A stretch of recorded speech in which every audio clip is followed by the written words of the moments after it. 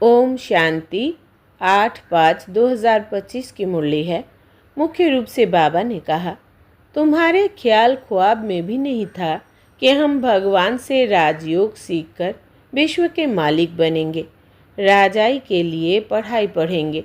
अभी तुम्हें अथाह खुशी है कि सर्वशक्तिमान बाप से बल लेकर हम सतयुगी स्वराज्य अधिकारी बनते हैं।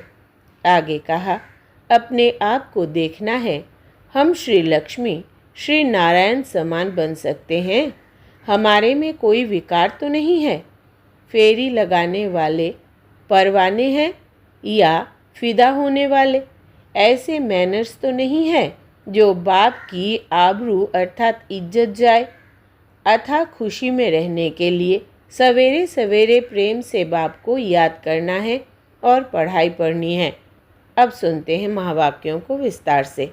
बाबा ने कहा, मीठे बच्चे, देही अभिमानी बन बाप को याद करो तो सदा का बल जमा होगा। याद के बल से तुम सारे विश्व का राज्य ले सकते हो। प्रश्न है, कौन सी बात तुम बच्चों के ख्याल ख्वाब में भी नहीं थी जो प्रैक्टिकल हुई है? उत्तर, तुम्हारे ख्याल ख्वाब में भी नहीं था कि हम भगवान से राजयोग सीखकर विश्व के मालिक बनेंगे, राजाई के लिए पढ़ाई पढ़ेंगे।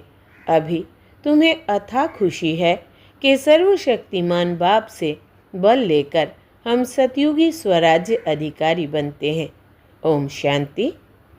यहाँ बच्चियाँ बैठती है प्रैक्टिस के लिए। वास्तव में यहाँ संदली पर बैठना उनको चाहिए जो देही अभिमानी बन बाप की याद में बैठे। अगर याद में नहीं बैठेंगी तो वो टीचर कहला नहीं सकती। याद में शक्ति रहती है, ज्ञान में शक्ति नहीं है। इसको कहा ही जाता है याद का बल। योग बल सन्यासियों का अक्षर है। बाप डिफ़िकल्ट अक्षर काम में नहीं लाते। बाप कहते हैं, बच्चों अब बाप को याद करो। जैसे छोटे बच्चे माँ बाप को याद करते हैं ना, वो तो देहधारी है। तुम बच्चे हो विचित्र। यह चित्र यहाँ तुमको मिलता है। तुम रहने वाले विचित्र देश के हो, वहाँ चित्र रहता नहीं। पहले पहले यह पक्का करना है, हम तो आत्मा हैं। इसलिए बाप कहते हैं, बच्चे देही अभिमानी बनो, अपने को आत्मा निश्चय करो। तुम निर्वाण देश से आए हो, वो तुम सभी आत्माओं का घर है। यहाँ पाठ बजाने आते हो। पहले पहले कौन आते हैं, यह भी तुम्हारी बुद्धि में है। दुनिया में कोई नहीं जिसको यह ज्ञान हो। अब बाप कहते हैं, शास्त्र आदि जो कुछ पढ़ते हो उन सबको भूल जाओ। श्री कृष्ण की महिमा, फलाने की महिमा कितनी करते हैं, गांधी की भी कितनी महिमा करते हैं, जैसे कि वो राम राज्य स्थापन करके गए हैं। परंतु शिव भगवान उवाच, आदि सनातन राजा रानी के राज्य का जो कायदा था, बाप ने राजयोग सिखाकर राजा रानी बनाया। उस ईश्वरीय रस्म रिवाज को भी तोड़ डाला। बोला, राजाई नहीं चाहिए, हमको प्रजा का प्रजा पर राज्य चाहिए। अब उसकी क्या हालत हुई? दुख ही दुख, लड़ते झगड़ते रहते हैं। अनेक मतें हो गई है। अभी तुम बच्चे श्रीमत पर राज्य लेते हो। इतनी तुम्हारे में ताकत रहती है जो वहाँ लश्कर आदि होता नहीं। डर की कोई बात नहीं। इन लक्ष्मी नारायण का राज्य था, अद्वैत राज्य था। दो थे ही नहीं जो ताली बजे, उसको कहा ही जाता है अद्वैत राज्य। तुम बच्चों को बाप देवता बनाते हैं, फिर द्वैत से दैत्य बन जाते हैं रावण द्वारा। अभी तुम बच्चे जानते हो, हम भारतवासी सारे विश्व के मालिक थे। तुमको विश्व का राज्य सिर्फ याद बल से मिला था, अब फिर मिल रहा है। कल्प कल्प मिलता है सिर्फ याद के बल से। पढ़ाई में भी बल है। जैसे बैरिस्टर बनते हैं तो बल है ना, वो है पाई पैसे का बल। तुम योग बल से विश्व पर राज्य करते हो। सर्वशक्तिमान बाप से बल मिलता है। तुम कहते हो, बाबा हम कल्प कल्प आपसे सतयुग का स्वराज्य लेते हैं, फिर गंवाते हैं, फिर लेते हैं। तुमको पूरा ज्ञान मिला है। अभी हम श्रीमत पर श्रेष्ठ विश्व का राज्य लेते हैं। विश्व भी श्रेष्ठ बन जाता है। यह रचता और रचना का ज्ञान तुमको अभी है। इन लक्ष्मी नारायण को भी ज्ञान नहीं होगा कि हमने राजाई कैसे ली। यहाँ तुम पढ़ते हो, फिर जाकर राजाई करते हो। कोई अच्छे धनवान के घर में जन्म लेते हैं तो कहा जाता है ना, इसने आगे जन्म में अच्छा कर्म किया है, दान पुण्य किया है, जैसा कर्म ऐसा जन्म मिलता है। अभी तो यह है ही रावण राज्य। यहाँ जो भी कर्म करते हैं वो विकर्म होता है। सीढ़ी उतरनी ही है। सबसे बड़े ऊंच से ऊंच देवी देवता धर्म वालों को भी सीढ़ी उतरनी है। सतो रजो तमो में आना है। हर एक चीज़ नई से फिर पुरानी होती है। तो अभी तुम बच्चों को अथाह खुशी होनी चाहिए। तुम्हारे ख्याल ख्वाब अर्थात संकल्प स्वप्न में भी नहीं था कि हम विश्व के मालिक बनते हैं। भारतवासी जानते हैं कि इन लक्ष्मी नारायण का सारे विश्व पर राज्य था। पूज्य थे सो फिर पुजारी बने हैं। गाया भी जाता है, आपे ही पूज्य, आपे ही पुजारी। अब तुम्हारी बुद्धि में यह होना चाहिए। यह नाटक तो बड़ा वंडरफुल है। कैसे हम 84 जन्म लेते हैं, इनको कोई नहीं जानते। शास्त्रों में 84 लाख जन्म लगा देते हैं। बाप कहते हैं यह सब भक्ति मार्ग के गपोड़े हैं। रावण राज्य है ना, राम राज्य और रावण राज्य कैसे होता है, यह तुम बच्चों के सिवाय और कोई की बुद्धि में नहीं है। रावण को हर वर्ष जलाते हैं तो दुश्मन है ना। 5 विकार मनुष्यों के दुश्मन है। रावण है कौन, क्यों जलाते हैं, कोई भी नहीं जानते। जो अपने को संगम युगी समझते हैं उनकी स्मृति में रहता है कि अभी हम पुरुषोत्तम बन रहे हैं। भगवान हमको राजयोग सिखलाकर नर से नारायण, भ्रष्टाचारी से श्रेष्ठाचारी बनाते हैं। तुम बच्चे जानते हो हमको ऊंच ते ऊंच निराकार भगवान पढ़ाते हैं। कितनी अथाह खुशी होनी चाहिए। स्कूल में स्टूडेंट की बुद्धि में रहता है ना, हम स्टूडेंट हैं। वो तो है कॉमन टीचर, पढ़ाने वाला। यहाँ तो तुमको भगवान पढ़ाते हैं। जब पढ़ाई से इतना ऊंच पद मिलता है तो कितना अच्छा पढ़ना चाहिए। है बहुत इजी। सिर्फ सवेरे आधा पौना घंटा पढ़ना है। सारा दिन धंधे आदि में याद भूल जाती है, इसलिए यहाँ सवेरे आकर याद में बैठते हैं। कहा जाता है बाबा को बहुत प्रेम से याद करो। बाबा आप हमको पढ़ाने आए हैं। अभी हमको पता पड़ा है कि आप 5000 वर्ष बाद आकर पढ़ाते हैं। बाबा के पास बच्चे आते हैं तो बाबा पूछते हैं आगे कब मिले हो। ऐसा प्रश्न कोई भी साधु सन्यासी आदि कभी पूछ न सके। वहाँ तो सत्संग में जो चाहे जाकर बैठते हैं। बहुतों को देखकर सब अंदर घुस जाते हैं। तुम भी अभी समझते हो। हम गीता रामायण आदि कितना खुशी से जाकर सुनते थे। समझते तो कुछ नहीं थे। वो सब भक्ति की ही खुशी है। बहुत खुशी में नाचते रहते हैं, परंतु फिर नीचे उतरते आते हैं। किस्म किस्म के हठयोग आदि करते हैं। तंदुरुस्ती के लिए ही सब करते हैं। तो बाप समझाते हैं यह सब है भक्ति मार्ग की रस्म रिवाज।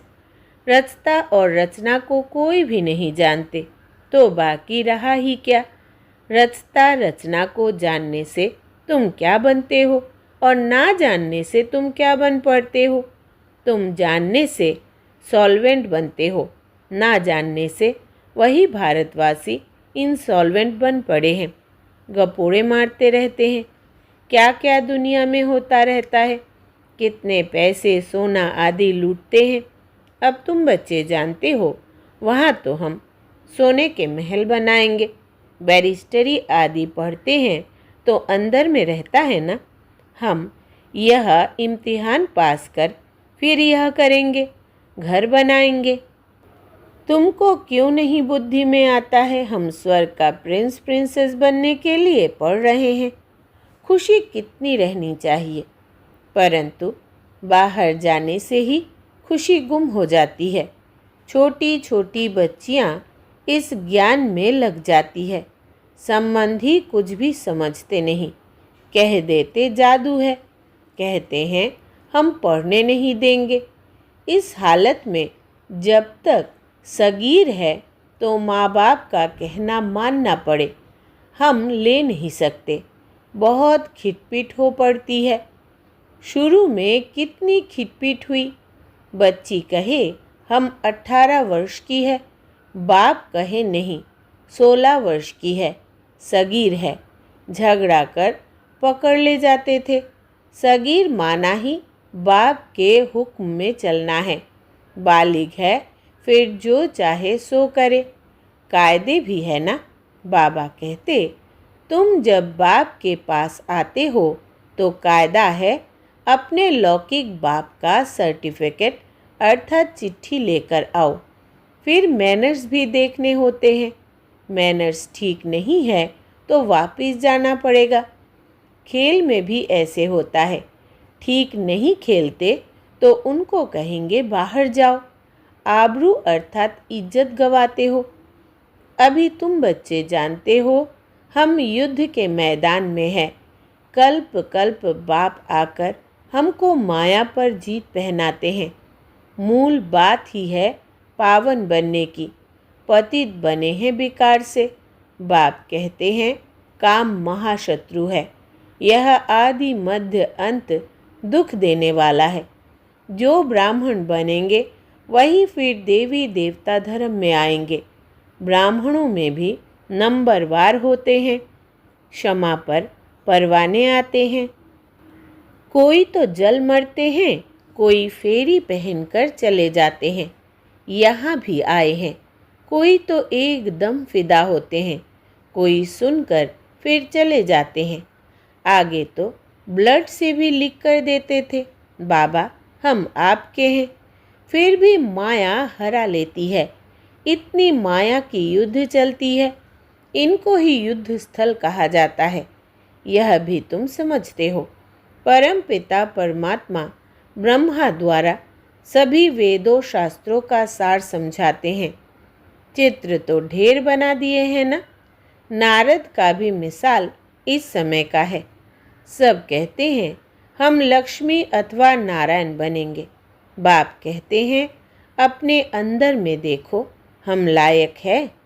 हमारे में कोई विकार तो नहीं है। नारद भक्त तो सब है ना।